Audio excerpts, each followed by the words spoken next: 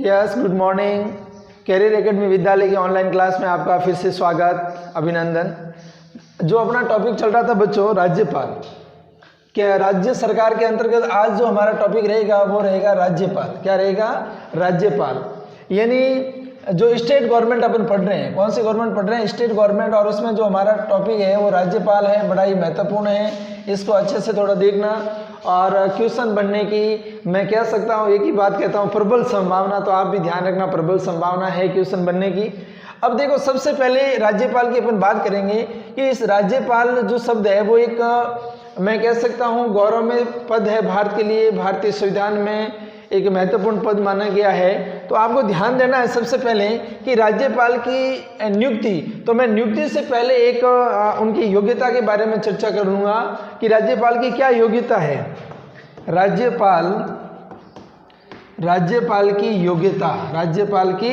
योग्यता यानी कौन सा व्यक्ति है वो राज्यपाल बन सकता है, कौन सा व्यक्ति है वो राज्यपाल बन सकता है। तो जरा ध्यान दीजिए, वही नियम पहला है, वो भारत का नागरिक हो। पहला नियम क्या कहता है? वह भारत का नागरिक हो। वह भारत का नागरिक हो, पहला बिंदु ये कह रहा है, वह भारत का नागरिक हो। दूसरा बिंदु, उसकी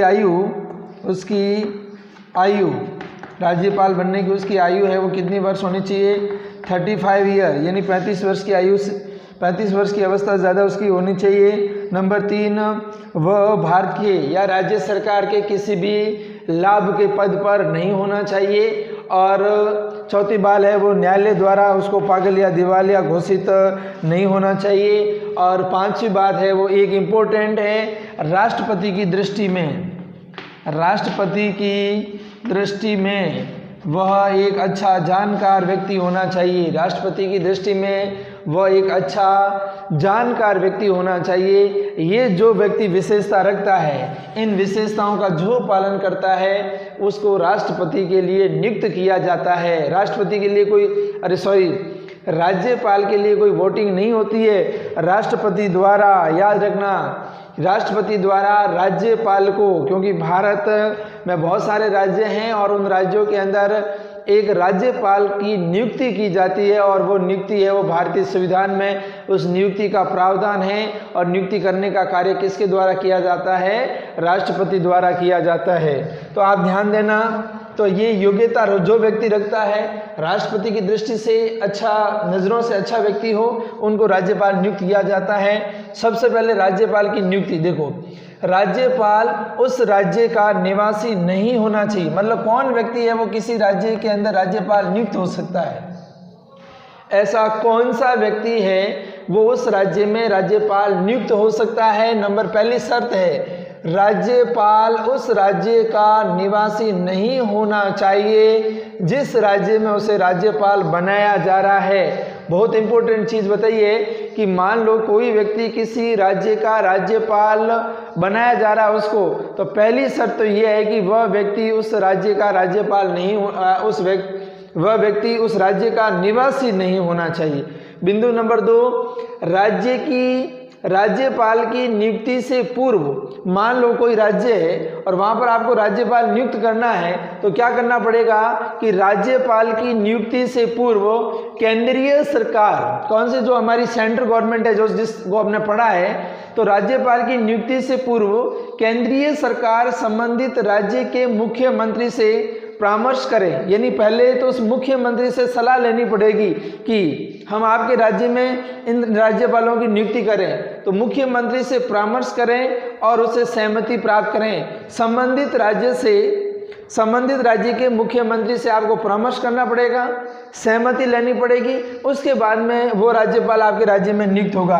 तो ध्यान रखना, वह भारत का नागरिक हो, उसकी आयु 35 वर्ष हो, वह दिवालिया पागल नहीं हो, राष्ट्रपति की नज़रों में अच्छा व्यक्ति हो, वो क्या बन सकता है? राज्यपाल नियुक्त किया जाता है। राज्यपाल नियुक्त किया जाता है। अब एक बात मैं और बताऊं कि जो राज्यपाल होते हैं, राज्यपाल राज्य के अंदर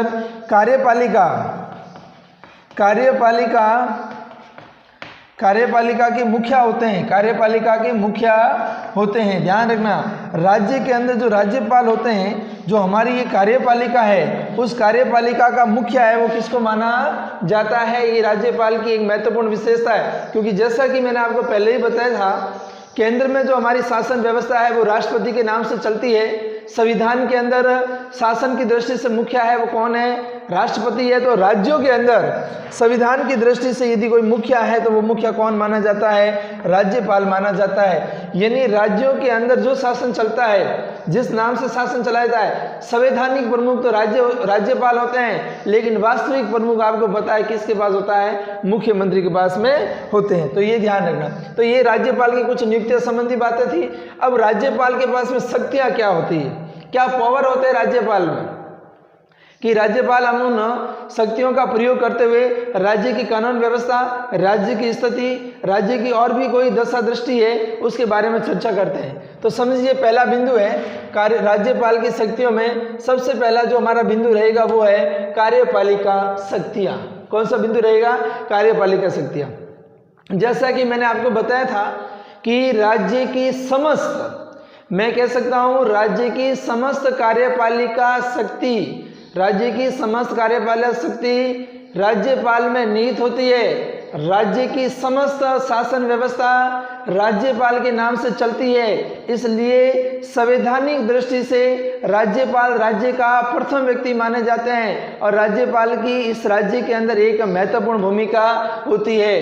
तो नंबर एक, पहली अपन शक्ति की बात करेंगे, कार्यपालिका शक्ति। क्योंकि जो राज्य की व्यवस्था प्रणाली है उसमें भी राज्यपाल का महत्वपूर्ण योगदान है।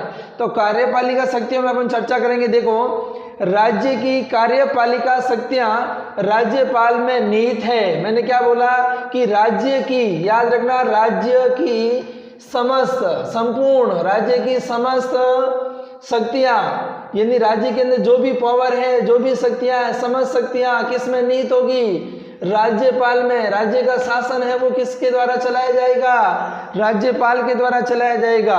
तो बिंदु नंबर पहला, कार्यपालिका शक्तियों में अपन पढ़ रहे हैं कि राज्य की कार्यपालिका शक्तियां, राज्य की कार्यपालिका शक्तियां राज्यपाल में निहित है। किस में निहित है? राज्यपाल में। जिनका प्रयोग वह स्वयं या अपने अधीनस्थ अधिकारियों के द्वारा करता है। यानी संपूर्ण शक्तियां राज्यपाल में निहित है। इसलिए राज्यपाल उन शक्तियों का प्रयोग या तो खुद करता है या वो अपने अधीन कोई भी अधीनस्थ कर्मचारी रखता है, उन कर्मचारियों के माध्यम से वो अपने इस कार्यपालिका शक्तियों का प्रयोग करता है। तो बहुत इंपॉर्टेंट शक्ति है, क्वेश्चन बनने की बहुत महत्वपूर्ण संभावना। नंबर एक, और कार्यपालिका शक्तियों के अंदर राज्यपाल क्या कार्य करता है, राज्यपाल की क्या महत्वपूर्ण भूमिका है, आइए चर्चा करते हैं। बिंदु नंबर एक, मुख्यमंत्री को नियुक्त करता है। सबसे पहली बार मैंने आपको कल विधानसभा के बारे में बताया था। जैसे राजस्थान की मैं उदाहरण लेता हूं कि राजस्थान में 200 विधानसभा सीटें थी, तो उन 200 विधानसभा सीटों में से 101 सीटें जिसके पास आएगी वो बहुमत होगा, और जिस पार्टी का बहुमत होगा उस पार्टी की क्या बनेगी? सरकार बनेगी, और सरकार में जो विधायक दल का नेता होगा उसको मुख्यमंत्री नियुक्त किया जाएगा। तो आप ध्यान रखना, अब राज्यपाल का क्या काम है? जैसे राज्यपाल नियुक्त है यहाँ पे राज्य में, अब जिसकी भी बहुमत बन गया वो बहुमत लेकर कहाँ जाएंगे? राज्यपाल के पास जाएंगे, उनको एक पत्र देंगे कि हमारे सरकार की मंजूरी का आप गठन दो। तो यदि वो राज्यपाल, उनको पता है राज्यपाल को कि उनके पास में सीटें ज़्यादा है इसलिए सरकार उनकी बनेगी, तो अब राज्यपाल उनको परमिशन देता है सरकार बनाने। तो देखो, सरकार बनाने की परमिशन कौन देता है? राज्यपाल।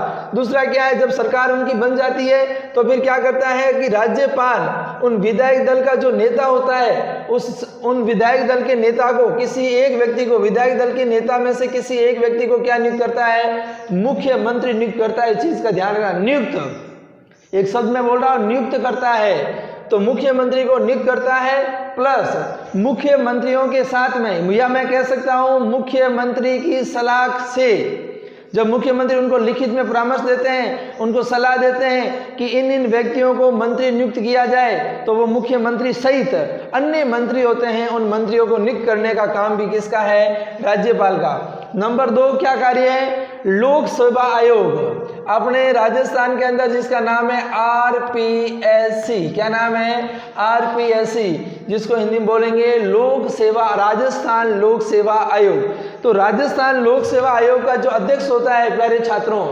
राजस्थान लोक सेवा का जो अध्यक्ष है उस अध्यक्ष की नियुक्ति कौन करेगा? राज्यपाल। और अध्यक्ष के साथ साथ जो भी मेंबर होंगे उन मेंबर की नियुक्ति का काम भी किसके द्वारा किया जाएगा? उन मेंबर की नियुक्ति, उन सदस्यों की नियुक्ति का काम भी राज्यपाल के द्वारा किया जाएगा। तो ये 2 नंबर बिंदु, ये कार्यपालिका शक्तियों में मैं बात कर रहा हूँ। कौन सी शक्तियों में? कार्यपालिका।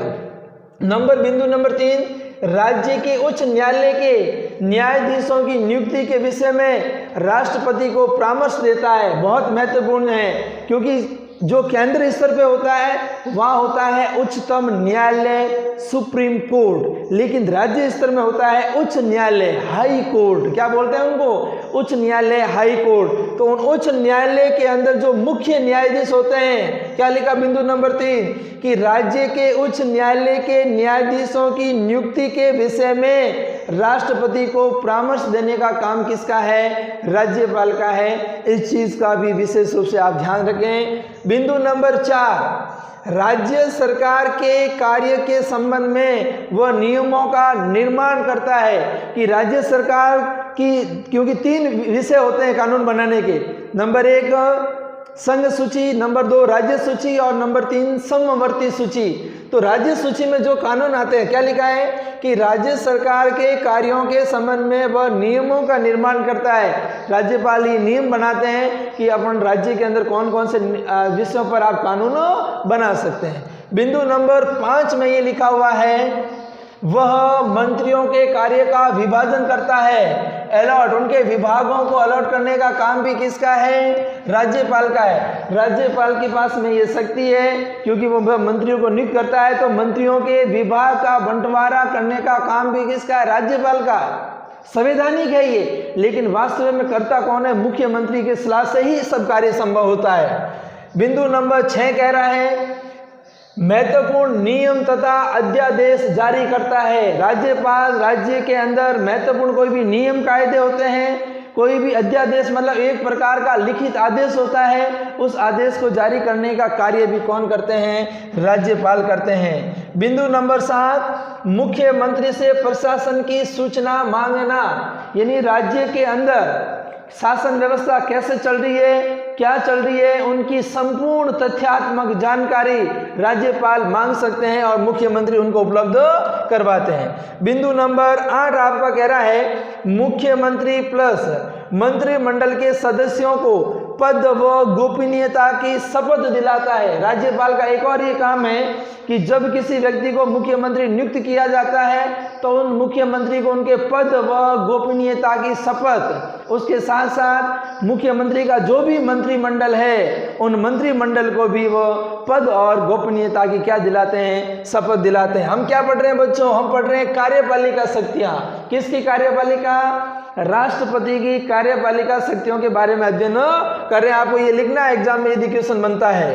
क्वेश्चन बिंदु नंबर 9, मंत्रिपरिषद के सदस्यों का त्याग पत्र स्वीकार करता है। इंपॉर्टेंट, क्या? मंत्रिपरिषद जो मंत्री बने हुए हैं उन सभी मंत्रियों का त्याग पत्र स्वीकार करने का काम किसका है?